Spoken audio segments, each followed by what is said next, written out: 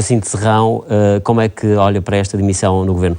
E convém fazer aqui uma ressalva, nós estamos a gravar este programa na segunda-feira, numa altura em que ainda não era conhecido o nome de um novo ministro, é bem possível que na altura em que este programa vai para o ar, portanto na terça, já existe de facto um novo nome, isso é o mais provável. Jacinto Serrão, como é que analisa este pedido de demissão à volta de um problema que surgiu com o Serviço de Fronteiras e, portanto, com toda essa questão que está, nesta altura, a contas com a Justiça? Bom, o Sr. Ministro Miguel Macedo tutelava, de facto, aqui um conjunto de serviços importantes para a soberania do Estado, para salvaguardar a segurança da informação dos cidadãos, das organizações, e esses organismos tutelados pelo Sr. Ministro Miguel Macedo foram fortemente afetados porque altos quadros da administração pública e do Estado nestes serviços envolveram-se, portanto, alegadamente em manobras de corrupção. E o Sr. Ministro resolveu, porque, tal como disse, com os argumentos, pôr o seu lugar à disposição e dar o lugar a outra pessoa para que esta pasta não saísse beliscada, porque, como estamos a dizer, trata-se de uma pasta muito melindrosa, em que há responsabilidades políticas muito grandes, apesar de haver aqui um princípio da separação de princípios em que essas organizações continuam a ter a sua autonomia em relação ao poder político, mas o que é facto é que quem tutela continua a ter um certo ascendente político sobre a nomeação de determinadas figuras para essas instituições do Estado, e acho que o Sr. Ministro tomou uma atitude sensata, inteligente do ponto de vista político, porque isso põe a coberto o próprio Governo, pelo menos nos próximos tempos, se é que não há outras notícias que aí vêm, mas e assim o Sr. Primeiro-Ministro terá a oportunidade de nomear outro Ministro. Digo que o Sr. Primeiro-Ministro poderia aproveitar esta oportunidade para remodelar de facto o Governo e substituir dois Ministros que estão a causar muito dano aos setores que tutelam, como é o caso da Justiça e da Educação. Esses sim têm manifestado incompetência na gestão das suas funções como ministros e poderiam ter substituído. Mesmo faltando, enfim, já agora praticamente menos de um ano para o final de uma legislatura, acha que seria a altura para fazer uma remodelação mais aprofundada no Governo? Um ano é muito tempo em política e é evidente que nem que fosse um mês, portanto não podemos pôr uma pasta, por exemplo, uma pasta como esta, que é tutelada pelo Sr. Ministro Miguel Macedo, nas mãos de qualquer pessoa. Preciso de pessoas com credibilidade, com currículo, com determinado peso institucional para poder gerir esta pasta, porque nós estamos a falar de setores demasiado delicados para o Estado, em que precisamos ter um ministro com muito peso, muita força, muita credibilidade para poder fazer a gestão desta pasta.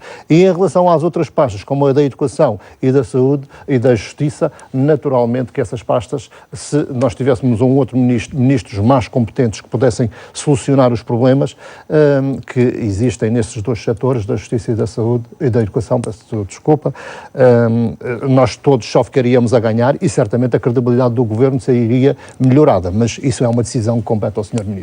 Jacinto Serrão, relativamente a esta questão do Vice-Primeiro-Ministro Paulo Portas, se eventualmente vê nisto alguma situação que possa, de certa forma, beliscar, digamos assim, o comportamento do Vice-Primeiro-Ministro? Bom, a avaliação em relação à iniciativa dos vistos gold ainda está por se fazer do ponto de vista mais holístico. Não podemos ver apenas por uma perspectiva daquilo que já se arrecadou à custa dessa iniciativa. Vamos verificar se de facto essa ideia política tem fragilidades que ponham em causa determinadas funções essenciais para a cidadania portuguesa ou para as questões de soberania. Mas em relação a essa medida, é evidente que não acho que seja uma medida também essencial ou extraordinária para resolver os problemas económicos do país, porque nós poderíamos ter políticas de outra natureza e nós temos defendido outros tipos de políticas para captar investimento estrangeiro em Portugal, mas pronto, foi a ideia do PSD e do CDS, do Governo, nomeadamente do atual vice-primeiro-ministro, e vamos avaliar, de facto, os resultados desta política do governo, mas deve ser equacionada como um todo. Se isto foi a única medida e a única ideia que este governo teve para captar investimento estrangeiro para Portugal, muito mal está o nosso governo do país. O deputado Jacinto Serra, relativamente a esta questão dos entendimentos que eventualmente costumam existir entre os deputados da Madeira na Assembleia da República, imagino que o deputado Jacinto Serra também foi chamado no passado para alguns entendimentos e não sei se este ano foi, mas qual é a leitura que faz disto? Bom, eu acho que existem outras razões de natureza diferente desta que nós estamos a discutir para este desentendimento entre o PSD e o CDS. Mas eu não quero entrar naturalmente nessa discussão, aliás, ficou subentendido um pouco na intervenção do Sr. Deputado Rui Barreto e na intervenção do Sr. Deputado Hugo Velosa. Mas a discussão, que naturalmente eu não quero entrar, em relação às propostas em concreto, eu gostaria de dizer que é evidente que a União faz a força e nós poderíamos realmente fazer um esforço mais conjunto na Assembleia da República, junto dos nossos grupos parlamentares, particularmente, porque estas iniciativas só terão êxito, e é bom que se diga que nós tomamos muitas iniciativas no passado, em conjunto ou separadamente, mas a maioria PSD-CDS, ou seja, a maioria parlamentar, nem acompanhou as minhas propostas, nem acompanhou as propostas do Sr. Deputado Rui Barreto, que é do CDS, nem acompanhou as propostas do Sr. Deputado do Hugo Velosa e restantes deputados do PSD. Portanto, o trabalho mais importante que nós temos de fazer na Assembleia da República, mais do que apresentar uma panóplia de iniciativas para dizer que estamos altamente sensíveis com a região autónoma da Madeira, é convencer o Governo a mudar de política, é convencer a maioria a aprovar propostas úteis à Madeira. Porque se elas forem aprovadas, têm consequências. Se elas forem rejeitadas, são meros números mediáticos que aparecem na comunicação social, meros descargos de consciência para dizer eu estive preocupado com isto e com aquilo e com o outro em relação à Madeira. Mas o meu grupo parlamentar, a família política na Assembleia da República não acompanhou, o Governo não acompanha, que é da mesma cor partidária, e isso não tem consequências nenhumas, não tem eficácia. Isso só serve para o momento da discussão política durante este período do orçamento, mas se não for aprovado, se não for acompanhado pelo Governo da República, como já se viu, há aqui o Governo da República com muitas reservas em relação a uma série de iniciativas e preocupações do próprio Governo Regional da Madeira, da Assembleia Legislativa da Madeira. A maioria na Assembleia da República, PSD e CDS, não acompanha essas propostas, não têm consequências. Por isso, acho que seria mais importante para nós tentarmos olhar para estas questões com um maior pragmatismo e tentar colocar na Assembleia da República aquilo que seja passível de ser acolhido por um grupo parlamentar, porque aí assim é que tem muito mais força, criar maioria e haver aprovação dessas iniciativas. Isso é que é consequente. E eu tenho de dizer que no passado nós fizemos muito este esforço. Individualmente já vi que existe agora, por parte dos seus deputados do PSD, uma vontade maior, não sei, já disse, existem outras razões, para se apresentarem sozinhos com as iniciativas, mas isso... E as outras razões que fala, quais são? Se é como do passado, naturalmente que são fogachos que morrem no dia da... Não são fogachos, são ideias, naturalmente. Propostas que posso lhe dizer que estão aprovadas. São ideias, mas que depois, se não são aprovadas, nós podemos também falar das iniciativas que foram rejeitadas. Ora bem, que não são aprovadas pelos grupos parlamentares, não são acompanhadas. Eu acho que esse trabalho é importante fazer, mas eu estou a dizer que isso é que é o mais relevante. Pois, primeiro é preciso trabalhar e depois trabalhar para que sejam aprovadas. 500 mil propostas no Orçamento do Estado e se são todas rejeitadas pelos nossos próprios parceiros na Assembleia da República, nada tem consequências. Vamos então a estes ganhos que a Madeira poderá ter ou não no Orçamento do Estado, face à proposta inicial do Orçamento do Estado. Bom, acho que isso é uma questão de partida muito boa, porque é preciso ir face ao Orçamento do Estado. O grande ganho que a Madeira e os madeirenses e porto-santenses teriam era se esse Orçamento do Estado fosse chumbado. Portanto, não é agora pincelar e maquilhar um pouco outro orçamento. Isso era o que é o grande ganho. Portanto, e trazer rapidamente o António Costa. Naturalmente que nós teríamos um melhor orçamento, sem dúvida nenhuma. Os madeirenses, porto-santenses e os portugueses em geral não têm dúvidas que António Costa apresentará um orçamento mais amigo das autonomias do que vai repô-los progressivamente num quinto até 2019. Por esse caminho também podemos ir discutir. Quero dizer é que os madeirenses e os portugueses poderão estar estar descansados, temos, quando o governo do Partido Socialista, assumido por António Costa, estiver responsabilidades, naturalmente que será muito mais amigo das regiões autónomas, dos madeirenses e dos açorianos, do que este governo PSD-CDS. E podemos ir a números, já falámos em tantos debates, o deputado Hugo Velosa não tem acompanhado provavelmente todos os debates que nós temos tido com o Sr. Deputado Guilherme Silva, mas temos falado dos ganhos e dos prejuízos que a Madeira teve com a governação. Mas em relação às talvez seja uma vantagem para mim, não se me é permitido, o Sr. Deputado, como deputado da Assembleia da República e eleito pela Madeira, devia estar atento a todos os programas que são feitos em nome da política que nós defendemos na Assembleia da República aqui na região autónoma da Madeira. Se não tem, talvez por falta de tempo, mas por canal já podemos ver a RTP Madeira também no continente. Eu quero dizer... Olha, isso era uma boa ideia, ter a RTP Madeira no continente. Eu já defendi também, mas infelizmente Miguel Relvas, quando foi a TDT, não quis integrar o canal da RTP Madeira e da RTP Açores, e eu muito defendi, junto do Sr. Ministro Miguel Relvas, para introduzir que seria com custo zero para o Estado, e ele não quis fazer.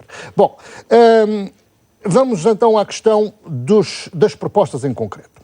Como disse, o Orçamento de Estado é naturalmente muito mau para a Madeira. Todo ele, já vimos através da Lei de Finanças das Regiões Autónomas que saímos prejudicados nas transferências, vamos perder ainda mais recursos. É mau para os madeirenses porque nós vamos ter também o reflexo de todas aquelas políticas mais austeridade. Mas esse é o Orçamento na sua globalidade. A questão concreta é relativamente às matérias específicas que estão a ser analisadas e propostas concretas. Agora, em relação, se vê nisso algum ganho. É evidente que eu não tenho, em último debate com o Sr. Deputado Guilherme Silva aqui, eu disse que acompanharia naturalmente todas as iniciativas que sejam para melhorar, mesmo pouco, o Orçamento de Estado em relação à Madeira e os madeirenses. Naturalmente que farei. E tenho até também a propostas apresentadas. Bom, propostas apresentadas, todas aquelas que o meu partido, a nível nacional, o Grupo Parlamentar, apresenta. Todas elas para repor a justiça que tem sido, ou seja, todas as injustiças, reparar todas as injustiças que este Governo tem cometido em relação aos trabalhadores e aos pensionistas. Portanto, espero que, de facto, a maioria PSD-CDS reponha, de facto, provas, propostas que eu apresentei conjuntamente com o meu Partido Socialista a nível nacional, que as aprove para melhorar a vida dos trabalhadores da função pública, dos pensionistas e para introduzir fatores de correção a todas essas clamorosas injustiças que aconteceram aos trabalhadores, aos pensionistas e à nossa própria economia. Está a falar de uma perspectiva muito global, não vê mérito, o que eu quero dizer é que esta coisa de dizer que nós não apresentamos propostas, nós temos muitas propostas. E se essas propostas forem apresentadas, aí sim vai haver uma introdução de fatores de correção para melhorar a vida dos portugueses e dos madeirenses e porto-santenses. E isso é que é importante também dizer-se. Não estarmos agarrados agora à pequena pincelada que nós vamos dar e dizer que isso é a medida de solução para os problemas da região, dos madeirenses. Isto melhora. Estou a dizer, não tenho nada contra. Acompanharei todas. Agora, é preciso pensar no problema de fundo. E vai fazer algumas também.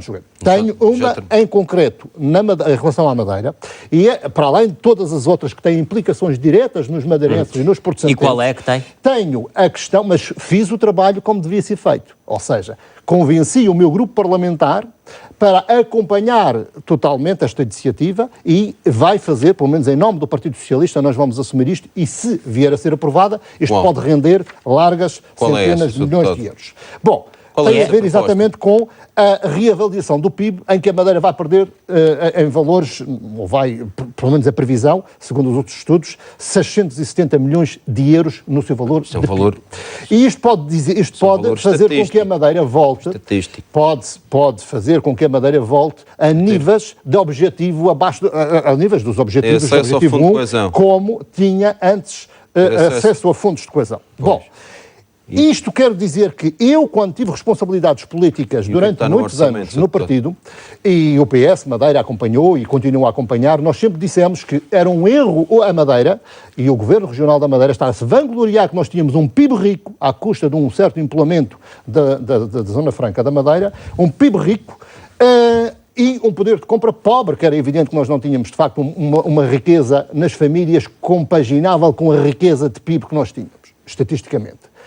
Mas nunca quiseram fazer a correção porque queriam realmente mostrar uma imagem para o país de que a Madeira estava em altos progressos e vejam agora os resultados. E por causa dessa asneira do PSD Madeira, Por causa dessas não querer acompanhar, de facto, a nossa preocupação, a Madeira sair do objetivo 1 e perdemos 500... E acha que essa proposta tem condições para vingar neste orçamento? Perdemos 500 milhões de euros. Esse número já os referi. Pergunto-lhe se acha que há condições para essa proposta vingar na Assembleia da República. Eu acredito que sim, que é sensata. Já está previsto na proposta de orçamento. É evidente que é sensata. Se nós fizermos este trabalho para reavaliar toda a distribuição de fundos, ou pelo menos obrigar o Governo da República, em orçamento de Estado, reavaliar todos os fundos comunitários em função dos novos valores de PIB da região, a Madeira pode voltar a ter... Partilha de uma preocupação que já foi aqui manifestada relativamente ao Centro Internacional de Negócios. Só mais duas coisas aqui que é importante também dizer. Peço-lhe que seja rápido. São as propostas do BEI.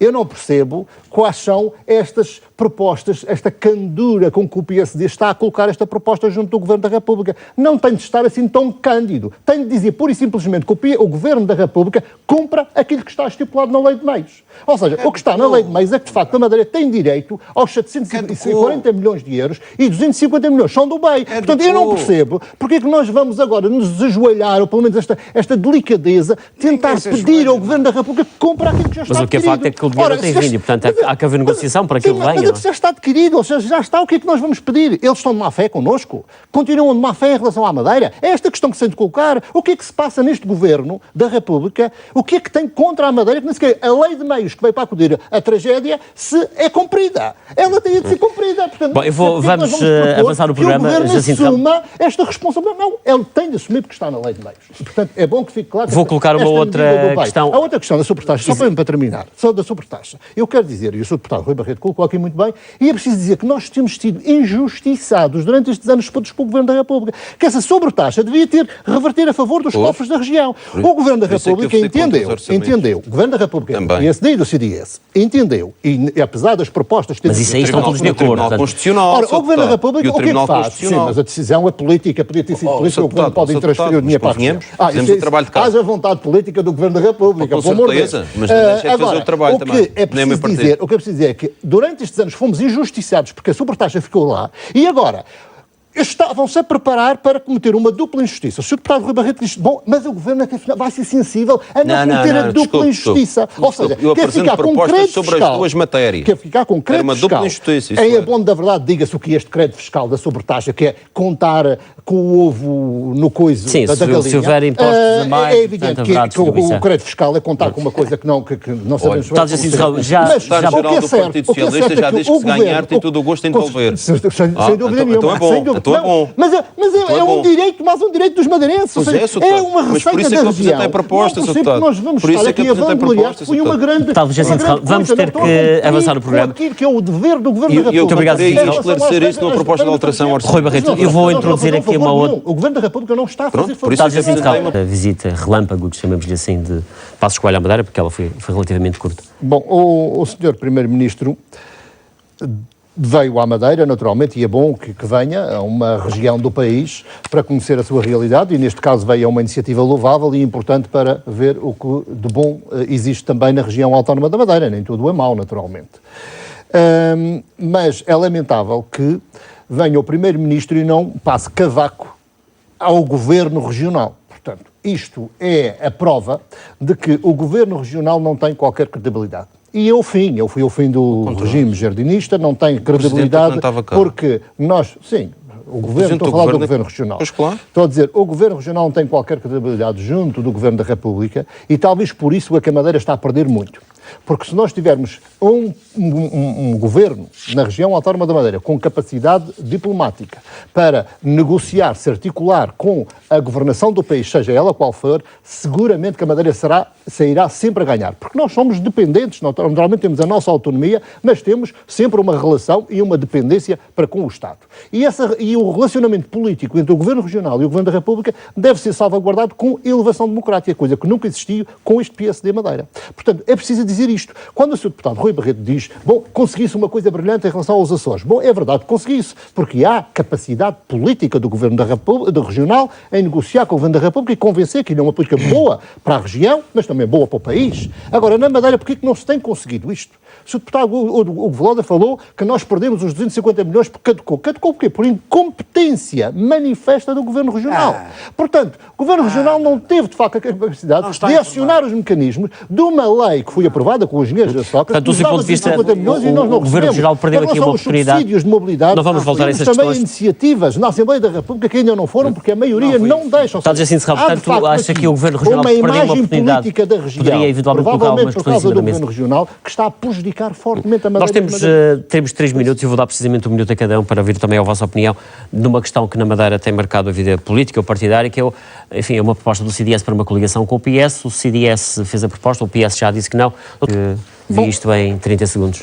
Em 30 segundos é muito difícil, mas posso dizer que o Sr. Deputado José Manuel Rodrigues, líder do CDS, de facto lançou o repto na base de um pressuposto, como disse o Sr. Deputado Rui Barreto. E esse pressuposto condiciona, portanto, quando é colocado à cabeça, naturalmente condiciona as negociações. O Presidente do Partido Socialista o que pretende é realmente dialogar com as forças da oposição para encontrar um governo credível, justo para a região autónoma da Madeira. Coligação sim, mas com ele como candidato a Presidente não há uma preocupação de exclusão de outras forças político-partidárias. Todos têm legitimidade democrática. E nós devemos, pelo menos, dar o benefício da dúvida e partir para a mesa das negociações com todos para avaliar, de facto, quem é que está disponível a arranjar um projeto credível e sério para tirar a Madeira do foco em que o PS de Madeira nos está a colocar.